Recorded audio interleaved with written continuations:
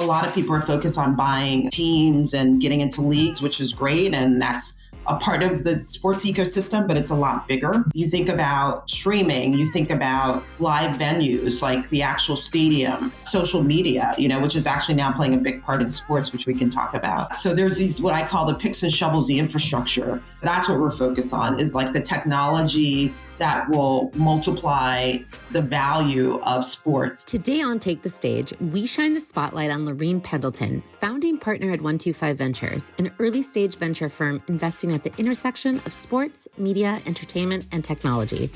A former media and entertainment attorney who worked with iconic artists, Lorine took an unconventional path into venture capital, going from representing talent to investing in over 40 high-growth companies and building her own fund. In this episode, we're going to cover how her early career in media and entertainment shaped her perspective on value creation and investing, why she's so bullish on women's sports, where she sees opportunity in the future of sports and tech, and what it really takes to build and raise a fund in a space that's evolving quickly. Welcome to Take the Stage. I'm your host, Alexis Alvarez. Every great investment story starts with people. The deals may make the headlines, but it's the investors, operators, and leaders behind them who truly shape the future of the buy side.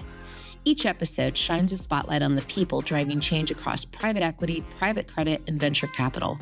Through candid conversations and diverse perspectives, we uncover the stories behind exceptional careers, the lessons behind great leadership, and the ideas redefining what's possible on the buy side. Today, I'm joined by Lorine Pendleton, founding partner of 125 Ventures. It's a pleasure to have you here, Lorine.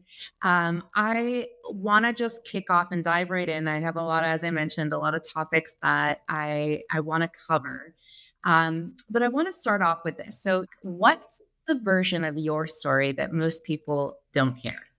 Sure, yes. I would say my origin story started out in Harlem in New York City, which is uptown. And, my fund is actually named a nod to my Harlem roots, which we'll get into shortly. But yeah, I was born to two parents in Harlem. They were born in Harlem, Harlemites.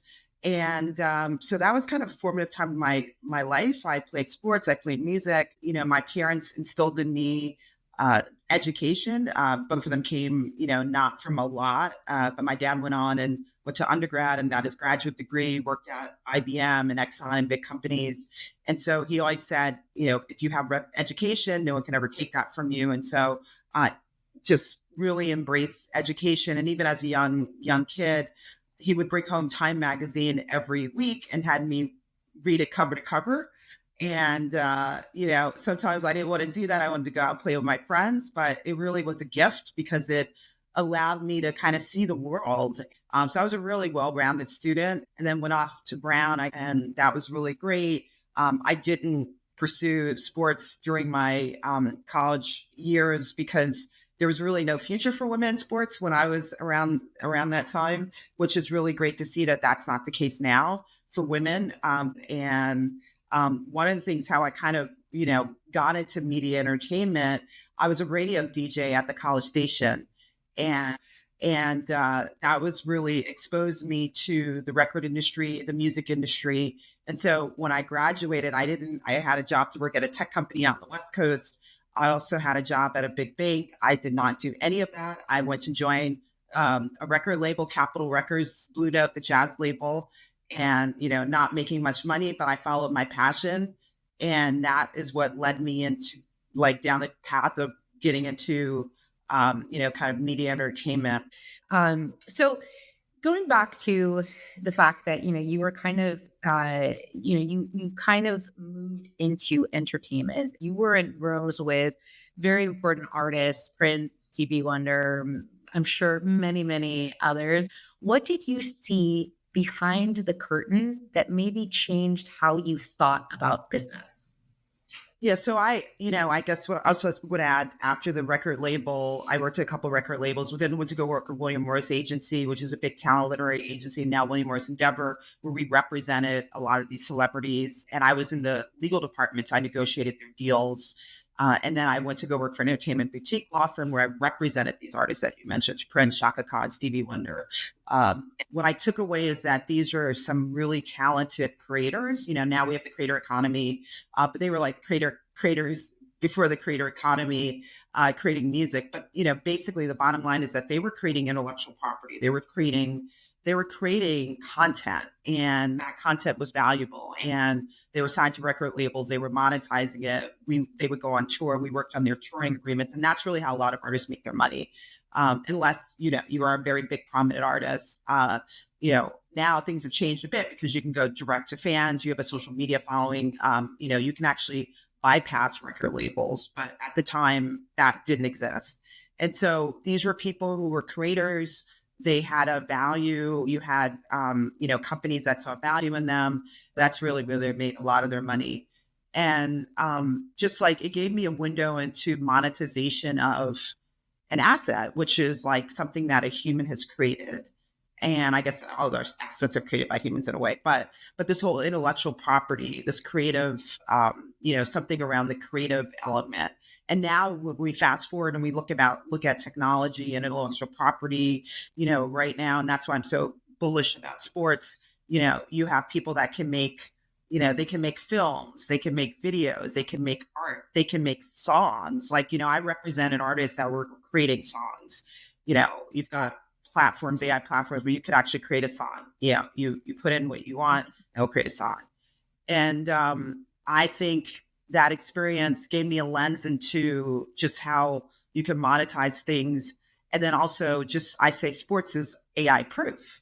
I don't know about you. I don't want to see robots running up and down the field of the court. Maybe that will change with the younger generation.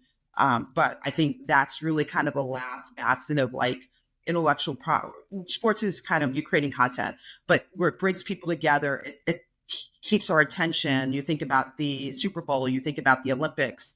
And so, when I was working on behalf of these artists, like brokering their multifaceted deals, kind of gave me a window into that world, which is helping me as an investor, bridging those gaps of finance and, venture. So at what point did you decide to kind of leave that world and move into investing? I started investing or getting into the world that I'm in 13 years ago, initially as an angel investor. And I went through a program called Pipeline Angels, which trains women to become angel investors. And really the kind of the impetus or the catalyst why I started investing was I had heard that less than 1% of VC dollars went to Black founders, and then less than 2% went to women. And, I was just like dumbfounded by that stat. And it just really stood out to me. And I said I wanted to change that. Didn't know how. And then fortunately, I heard about Pipeline Angels and I applied and I got in, and that kind of just like set me on this path. And so I heard about Portfolio. It's founded by Trish Costello, who's kind of the godmother of VC. She created the Kaufman Fellows program and ran that. She's still the chairwoman emeritus of that program. She's trained some of the top VCs in the world. So I was an LP in two of the first funds, and I went to her and said, we should create a fund for investing in underrepresented founders, women, diverse-led companies. She didn't want to do it at first, and then I got her to agree to it, and we launched Rising America in 2020, raised $6 million for that fund, and then did really well. And we made 16 investments, including Madison Reed, which I led, also Canela Media, which is really kind of the rock star in the Portfolio. It's a Latin streaming website now. 66 million people use it. It's a 50x since we got in. We were one of the first investors. We got in at the seed round, and it's been off to the races and doing incredibly well. And some other companies, Maven Clinic, which is the first women's femtech company that's valued over $1 billion. We came in to that. So got some really great companies. And then we launched Rising America Fund 2. So we were always co-investors. We never led because, small fund, but we got into great deals, and people loved the fact that we were all women partners, all women of color partners. So we had access to great deals. We also would help the founders. Our LP base was, we were really unique. We had 199 LPs. A lot of them worked at really great companies. And so when, our companies would ask for help, we could tap into our LP base. So that was our differentiator. And then I decided about 4 years ago, I wanted to do my own thing. And so I decided to launch 125 Ventures. And so I decided to focus on sports, media, entertainment, but also the convergence and at the intersection of tech. And what I say is sports is really is a tech business now. And, you know, a lot of people are focused on buying, teams and getting into leagues, which is great. And that's a part of the sports ecosystem, but it's a lot bigger. You think about, streaming, you think about, live venues like the actual stadium. There are different, social media, which is actually now playing a big part in sports, which we can talk about. So there's these, what I call the picks and shovels, the infrastructure. And so that's what we're focused on is like the technology that will multiply the value of sports. And so people are paying billions of dollars for media rights. How are they going to extract value? They extract value by going on different platforms, and particularly younger people. When we look at Gen Zers and alphas, they're not watching television. They're on their cell phone, their small screen. And so that's why for FIFA, for the World Cup, has partnered with YouTube, has partnered with TikTok to deliver content to the small screens to get the younger people, and also globally, right? And so, those are just interesting developments. So we're focused on, the rise of women's sports platforms, things around that. NIL, which is name, image, likeness in the United States, where college athletes can now make money off their name, image, likeness, or having brand deals. And actually, by the way, women are killing it. The women athletes are making actually 4.5x more than male athletes in terms of revenue. They're storytellers. They have a bigger following. They're really natural storytellers, and which is great, And the other area is AI data analytics. I was an early investor in Aura 6 years ago. The ring that tracks your sleep is now part of, now not just sleep, but health, with over 6 million rings sold. Really interesting company, and now valued at $11 billion. I got in when it was not valued at that much. And so, but you think about it, it's the analytics, like people tracking their health. And that's really important, particularly for younger generation. McKinsey did a report last year around health and wellness, and the younger generation, Gen Zers, spend about something, I think, like 40% of their disposable income on health and wellness kind of things. They don't drink as much. They don't drink. Some of them don't drink at all. Really focus on health and wellness. And so, and then also a lot of people are focused on health and wellness. So tools and things around that. And then the other area is creator economy, which has growing. And then when you look at, athletes are embracing that. And you think about having creators or creating fans around what they're doing. And then the last area is live and immersive technology, and then also technology around the stadium. And so how people are watching the venues. And so extracting value out of that. And, really sports is around the fans, and how do you give the fans a better experience, and how do you extract value? And so that's what we're focused on. But one of the things that you said that I thought was really interesting, in terms of kind of how we're consuming sports right now, has changed so dramatically just within the last 5 years. And I have a 13-year-old daughter, and she turned 13. We gave her a cell phone, much to my dismay. And it's really funny, or I guess it's not funny. It's just what it is.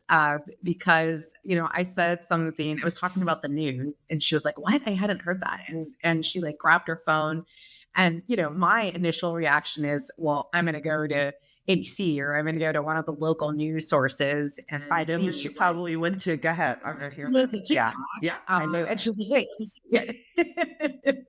and so it's really interesting to see how fast, this space is changing. So where do you think capital is still being deployed too cautiously? So I think if you had asked me that question 2 years ago, I would say women's sports. I think there is money is coming into women's sports.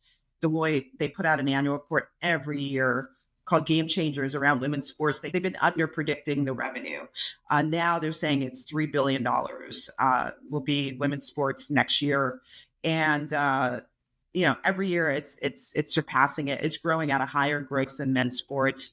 But let's take Angel City, which is kind of like the poster child for this industry. So Angel City is a soccer team, or football, as you call it outside the United States, but a soccer team, football club that started out, Natalie Portman, a group of women, current Karen Nortman, who has a big sports VC fund now, Julie Ehrman. It was a group of women, an investor, all women investor group who created it. And people were like, you're crazy to create this soccer team, NWSL in LA. And they were really focused on the fans, and they sold out their season tickets pretty quickly. They had like just this fan base that would post and just, there's a documentary about it. And they started the club, I think, with like $2 million. And they sold it to Bob Iger in Willow Bay. They bought the club for, I believe, $250 million a year ago. And then I read something that it's now worth $325 million, even after a year from when he bought it. But bottom line is they launched that club for $2 million, and they were able to sell it like within, I think it was 3 years, either 3 or 4 years, pretty quickly, for $250 million. You've got the Valkyries, which is a WNBA team. They're saying that's the most valuable franchise now, valued at $500 million. It's only a year old. So that's the sister team of the Warriors, which is Steph Curry. He plays for them. And you got New York Liberty. I'm based in New York. They when the owners bought it, they actually bought it. The Tsai family, very wealthy family, they bought the Brooklyn Nets, and they, as a part of it, they had to buy the women's team, which they're like, okay. And the women's team, they bought it for $25 million. It's now worth $475 million. And so, but that's also valuations of sports teams are going through the roof. Men's teams are, I think the Boston Celtics sold, recently for, I think, $13 billion. And so it's still like, 13 billion versus like $500 million. Still big discrepancy. But what I would say is, at some point, I have no doubt that the women's team are going to be worth that someday. When you look at women basketball, it's been around in the United States for the WNBA for 29 years, and men have been around for over 4. It took them 40 years to become, profitable. At one point, it was almost going to fold. The women are going to probably turn a profit in the next 2 years with the media rights, which are increasing. So I think, and some people are taking notice. The smart investors are taking notice and putting money into this. But I still think there's opportunity. And I also think there's opportunity around the technology. And so not everyone can write a check to get into a team. And, now the franchise license have gone, to start a new WNBA team, just to have the rights to start it, not including hiring the talent and, the back office and the coaches and the players, $250 million per team now. And NWSL, the soccer is around that. Maybe about 170 million. So it's getting, pricey. Not everyone can do that, but you can invest in a tech company, or these ancillary markets that are around sports, media, entertainment. Mm-hmm. Do you see that there will be a propensity for certain sports to really kind of take off within women's sports? In terms of the sports that are going to do well, are doing well, and going to continue to do well, is definitely women's basketball. And you see that with the WNBA, and I'm talking in the United States, WNBA. You have the Unrivaled, which launched, 2 years ago, which is a 3-on-3 basketball league that was dealing with the fact that some of these women were not getting paid well. So they would have to go overseas to play. And you saw what happened with Brittany Griner and getting stuck in, in Russia. And so the fact that these were these top players and they were making, first years were making $77,000, where you look at the first round draft pick, which Caitlin Clark 2 years ago was making $77,000.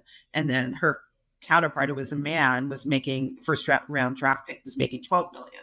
And people saw that and they were just appalled by that. So they started this league, and it's doing really well, now valued at over $300 million within 2 years. And so it's the off season, the top players are playing. It's really different formats. So basketball is going to continue. Soccer, NWSL is doing incredibly well. And there's other leagues, you've got the USL Super League, which is in markets that you don't have, like the NWSL or big markets. And there's interesting things going around the USL. It's a feeder to NWSL. It's a feeder to, leagues in Europe and other places. And just kind of an interesting kind of data point around soccer. So there's about 20,000 women who play NCAA soccer in the United States. So of those, how many do you think get drafted by the NWSL each year? Just like, what do you think?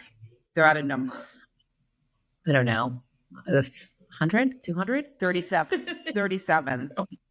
So the point is there's so much talent and not enough like outlets to harness that. So, you've got some other women's soccer leagues that are around. So the NWSL is obviously like the top, but you have the USL, which, has launched 2 years ago, is doing well.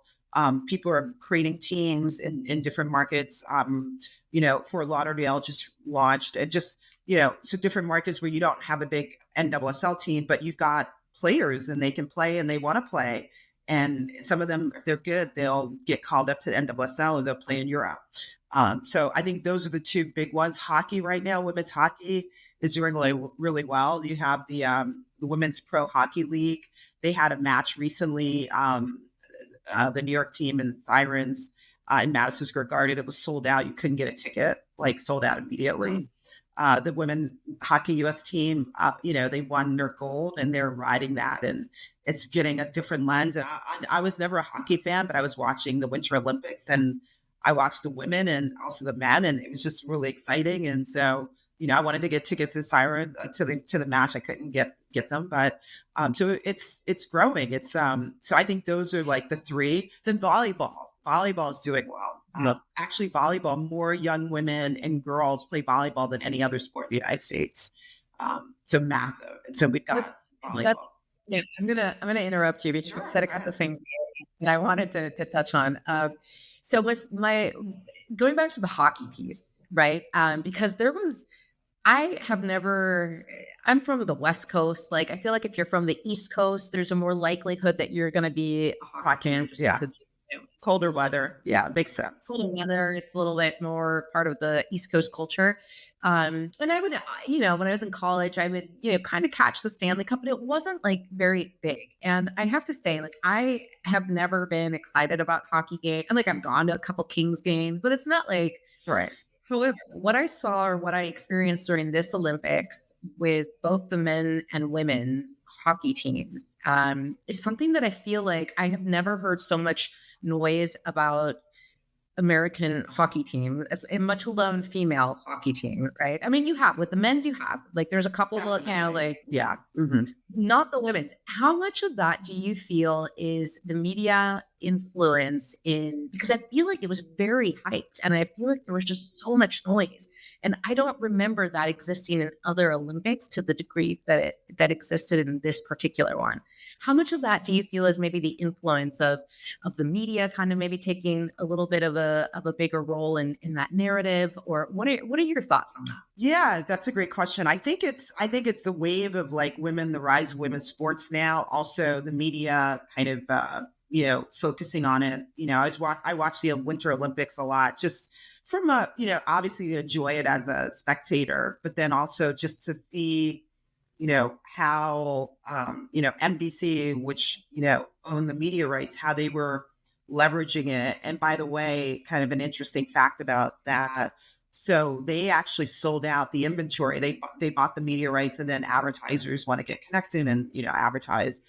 They sold it out a month in advance before the Winter Olympics even launched. That had never happened before. So that just shows you the demand that brands know that you can get attention. And then also a lot of the activations were 70% were digital.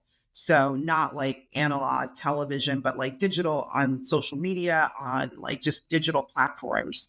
So, but there was a lot of focus on these women athletes. It's interesting with hockey. And someone was telling me, I was on a panel with the woman who heads up marketing for the women's hockey, professional hockey league. And she said, what's different from other sports, they have to wear a helmet, and so you don't see their faces. So I guess it's the same thing with men. But if you think about soccer, we got like women who are like, Trinity Rodman, the highest paid female soccer player in the world now, right? She's a brand, what she looks like. We had other players who, came up, think Megan Rapinoe, Amy Wambach, Tobin Heath, Kristen Press, like, they won the World Cup, and, they are, retired Alice Morgan, but they were part of this class and people know them, right? Hockey is a little different, but I do think, there was so much, the women were great. I don't know. Yeah, I think it was like the rise of women's sports. I think like how it was promoted, which was great. And then also, the women who were skiing, you had like, Yes. I mean, just these women were like, I don't know. I felt like, and maybe I'm biased, the lens I have, I just felt like the women got a lot more, like exposure and like Great. press Yeah. Yeah, coverage. exactly. Yeah. Exactly. That's why I'm saying, like, I don't remember it to this and the excitement and just everything around it the way that this year it kind of played out. And so that's why it's like it's kind of, it's a part of a cultural shift, I think is what it Absolutely. Yes, I agree with you. Absolutely. and going, when we first connected, and I wanted to share this with you, because you mentioned when we first had kind of our intake call how you now see it, and touching what I just said about like that cultural shift, how you now see fathers in the stands taking their sons, Yes. right, to women's games, like soccer games, and how that is incredibly influential and impactful because to children at this, at these ages, because they become lifelong fans, right? Because it's part of that experience. And so I thought of you, and I actually wrote a post about it a couple weeks ago because my kids' school posted, they're three Brazilian players, female players that play for I don't know if it's Real Madrid. It was one of the big Spanish leagues. Mhm.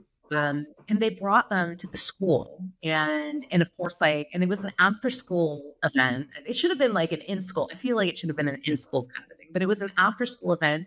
And they brought them there, and they talked to them about the league. And it's like I just thought it was really just going back to our conversation because my son was there, and he came back with like the headband that they wear to get in, like, and he's been wearing it around the house, and they're supposed to get like tickets, so everyone that attended That's great. Mhm. gets to go to an event and they know their names. And so like we were talking about it at dinner, and I just thought like it totally made me think back to you because now there's an interest, and it wasn't one of those, because I feel like compared to when I was a child or when we were children, it would have been like, oh, it's like it's not going to be as good or it's not going to be as Right. fun Yeah. because it's Yeah. with this. And there was none of that. Like he was just really interested. Oh, they're really good players, and they showed us how to do this, and they showed us how to do this, and then they talked about this, and then we get to go to the game. And so the whole conversation was just very inspiring to me, and it again, it made me think of you, and I thought, oh gosh, we for sure need to go to that game, and I need to Yeah. be there. You need to take, yeah. More than my girls, like I need to get. Definitely. And your son. I love that. But that's, yeah, no, I mean, it's so great. I mean, I have season tickets to New York Liberty. And, I've been going to that, like when they were playing at Madison Square Gardens, they're now playing at the Barclays Center and, in Brooklyn, and where the Nets play. And it's just so great. You see families, and it's really, and you see little boys, and they're wearing the jerseys, and it's just, it warms my heart because I feel like these little boys are going to be like, they're going to be fans for life, and they don't care that they're women, and they don't look at it as like a lesser than, like, because they're women, and they're yelling the women's names, and they're wearing their jerseys, and they're excited, and and that's how that's how it should be. I'm just so excited to see what the future of women's sports, and it's going to grow and continue to grow. And we're just really at kind of like, to the sports analogy, kind of at first base right now, maybe, moving to second base. And so there's still a lot of opportunity. Now is the time, if you're interested in investing or interested in this area, now is the time. I do see, a lot of the big players are coming in. Unfortunately, there's some women, but there's some people who are not women, and it's okay for men to invest. I'm not saying that's something wrong with that, but I do think we need to have women at a seat at the table because it's not, it's a different product from men's sports. Similarity, but it's a different product. And, hopefully people who are coming in and creating these new teams are going to honor and understand, kind of the female athlete, the fans, not just male fan, but women fans. And, it's a lot about the storytelling and all these different things. So, so it's exciting time. And it's great to hear that about your son and your kids who are getting exposed to women athletes. Yeah. Yeah. And, we've kind of had an interesting conversation just around, women's sports in general, because I always say that, like, okay, I like the NBA. I watch the games, but I like the NCAA games better. Like, I just find them, it's more entertaining. Like, I feel like the skill is completely different. And it's almost like that with women's sports. Like, I had a guest, it was like episode 15. She did sports investing as well. And forgive me, I can't remember her name. I'll have to edit that part. And so she was saying one of these things like, okay, there's certain, and that's kind of why I was asking you that question about a propensity for certain sports to kind of maybe get a little bit bigger. Because, she was saying like, okay, there's certain sports where like the volley, the rally is going to be faster and shorter because men just are going to naturally be stronger, going to hit the ball or whatever harder and faster, right? So the game moves a little bit more quickly. But with women, like volleyball is a really good example of where you can see longer rallies, longer volleys, right? And so you can kind of, it's kind of like how I see NCAA versus NBA. There's just there's a little bit more to see. There's more to grab onto. There's more. I don't know, like that. I guess maybe that's my bias. Yeah, I mean, I think with the like March Madness, we just had that. We just came off of that, and was exciting. Women's, I did watch the men's final, but that was the only one I really watched. Oh no, I did. I watched two of them, but I was like glued for looking at women's. I have friends that males who played basketball in college, also pro. They actually like watching women's basketball. They say that. This is what they tell me, which I do agree, is that women have more technique, like the fundamentals of basketball and how they play. Whereas the men, they're dunking, like it's a lot more aggressive and like, a lot quicker, and just not that women aren't quicker, but it's just like they don't, very few women can dunk. Like that's not part of it. Like you're not seeing women dunking on each other. And whereas some, male, the NBA, it's a lot of that is like dunking. It's very physical, It's like showy, right? Yeah. Like that. But some people like that. But they're like, if you're a purist in basketball, like the women have the technique and like just they're doing, so it's just interesting. But it's really great. I mean, and I forgot to mention tennis. Tennis has been, I think that was really the first sport where women were paid equally. After Billie Jean King said she was not going to play, I think it was U.S. Open, if she wasn't going to get the same purse money as a male. And so that's been around. And you obviously, but it's more of that tennis is an individual sport, whereas like these other ones we're talking about are team sports. So there's a difference. And so, obviously we have women who like, I think of Serena Williams, who's done it really well and individually, but these other sports we're talking about are team sports. Okay, I want to pivot very quickly before we start to wrap up, because I know that you are raising a fund. So I want to talk a little bit about that because what's something about raising a fund that people don't talk about but should? Well, I think if you're raising a fund, and my kind of peers who are raising a fund, we talk a lot about how hard it is to raise a fund. Whether it's good times, bad times, right now is a challenging time to raise money. And so, just like, I think the challenge of it, I think, one thing is you need to find kind of the people like founders. You need to find the investors who believe in what you're doing. Not everyone is going to like what you're doing. Not everyone's going to invest in you. So you need to kind of find the people that get what you're doing. When I was first launched a fund, just, people would say sports, like, I don't get that. You're not investing in teams. Like, that doesn't make sense. And, you should invest in teams. And, and it was just, didn't understand. I think now more people are interested in it, and want to learn about it. And so it was kind of discovery or educating people. But I think where it is like finding the people who believe in your vision and understand what you're doing.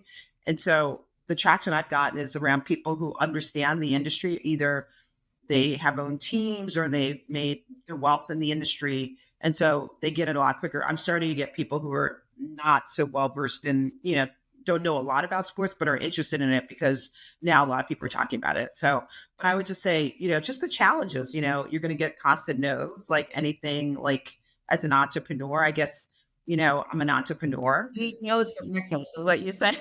Yeah, Right? I eat nose for breakfast. Yeah, some people eat Wheaties, I eat nose. So, and I've gotten better at eating the nose. At first, it was like, you can't take it personally. I mean, it's Yeah. hard not to, but when I first started out, it was really hard. But then you realize, no is actually a gift. You got me to a gift, and I feel like every no you get, it's like sales. The more no's you get, gets you closer to a yes. And that's just it. It's like part for the course, and you just like you keep going. And the resiliency, like anything, like otherwise everyone would be doing it, right? But the resiliency, what I'd say is like sports has taught me that, and not to keep talking about Deloitte, but Deloitte does a lot of stuff around sports, particularly women's sports. And they did a study a couple of years ago, and they looked at women who were in the C-suite or leaders, or founders. 92%, I think it's 92 or 93% play sports. And I think sports teaches you resiliency. Like if you lose, you got the next day, you go to practice, you have a next game coming up, you got to let it go. You learn from it and you move on. Teaches you teamwork to get along with other people and teamwork, working with other people, discipline, particularly if you're a student athlete, you've got your coursework and then you also have to practice. You have to go to games and matches and meets. So you have to like use your time wisely. And so all these things are really important. These are things that you need as a leader. And, so I think about like my time and, when I was playing sports and just when I would lose or just different things. And I think it taught me a lot about just business and just, being a leader.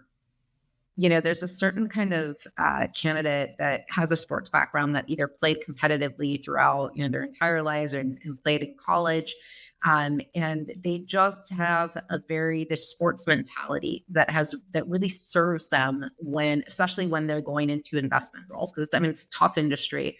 And I just find that like the character, not all the time, but you like the ones that you can tell have just, have played their entire lives and it's so deeply embedded in their DNA that it affects kind of how they move on from challenge, how they tackle challenges, how they kind of see the struggles and the obstacles that, that they have. And I really see that when I talk to them. To play sports, you have to have that. I mean, and I think that translates as transferable to business. And, obviously there's outliers, but I think, all those things, teamwork, getting along with your teammates. I mean, you've got to be able to do that. You can't, in basketball, it's like, I have to, I can't hog the ball. I can't like take every shot. I have to like give it to someone else and give them a chance. Right. It's like, you learn all those things, I didn't realize I was learning it at the time, but you develop that and it teaches you a lot of different things. Like, even though you may have the shot or you may think you have the shot, but you need to give it to someone who maybe have a better likelihood of getting the shot. And so it's not always about you, it's about the team. And it teaches you that. Yep. Sports teaches you that. And then just, you lose, you get up, it's like you lost. You got to you learn from it and you've got okay, we've got another game coming up, so we got to let's focus on that game. What did we learn? How are we going to course correct? And now let's do it. And a lot of times have a lot of time to do that. So it was a great experience. And, I tell my friends, I don't have kids, but I tell my friends who have kids, you should really have your kids get into sports if they have it.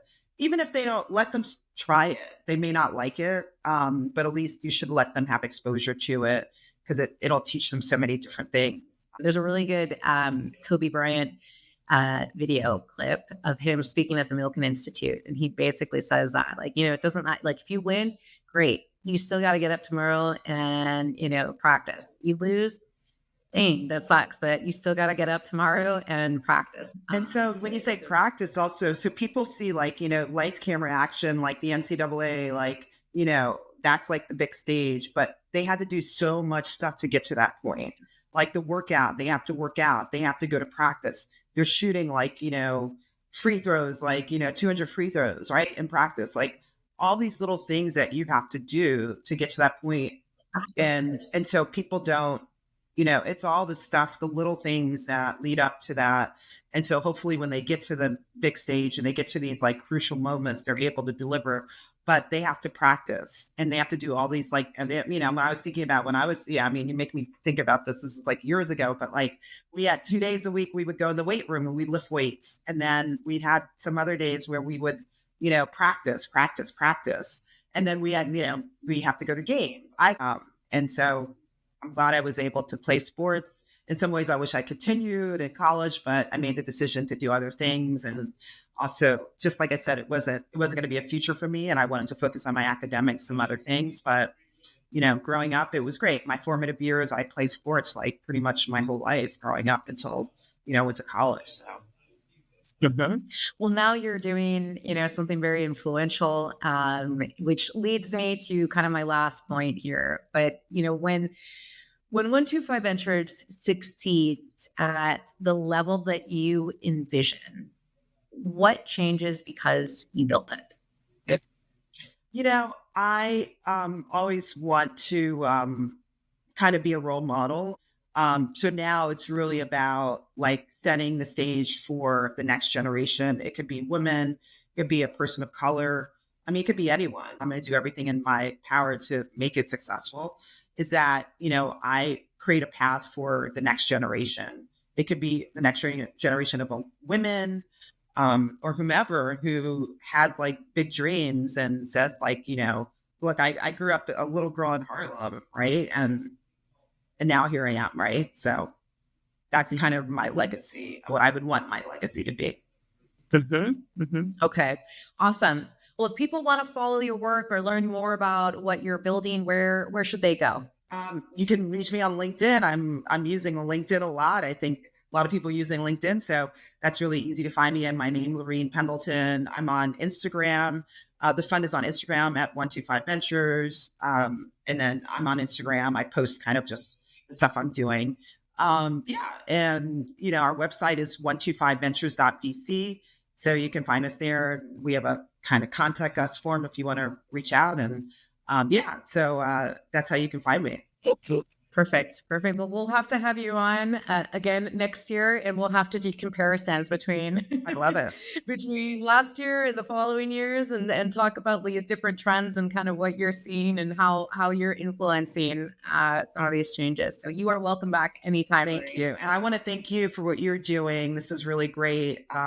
Shining a light on folks in the VC space. And I know you've done a lot of these podcasts. I'm truly honored to be on your podcast and continue all the good work you're doing. And then also your recruiting in this industry, which is well needed. And we need people like you doing all this amazing work. It takes all of us. They need us. Yes, absolutely. We need to be here. Absolutely. So thank you so much. Thank you so much for joining. And that's a wrap. Thanks for listening to Take the Stage. If you enjoyed this episode, please share it with others, post about it on social media, or leave a rating and review. To hear past shows, please go to our website, career-rockstars.com. If you are a company or candidate who would like to work with Career Rockstars, reach out on LinkedIn or send an email to Alexis at career-rockstars.com. Thanks again, and until next time.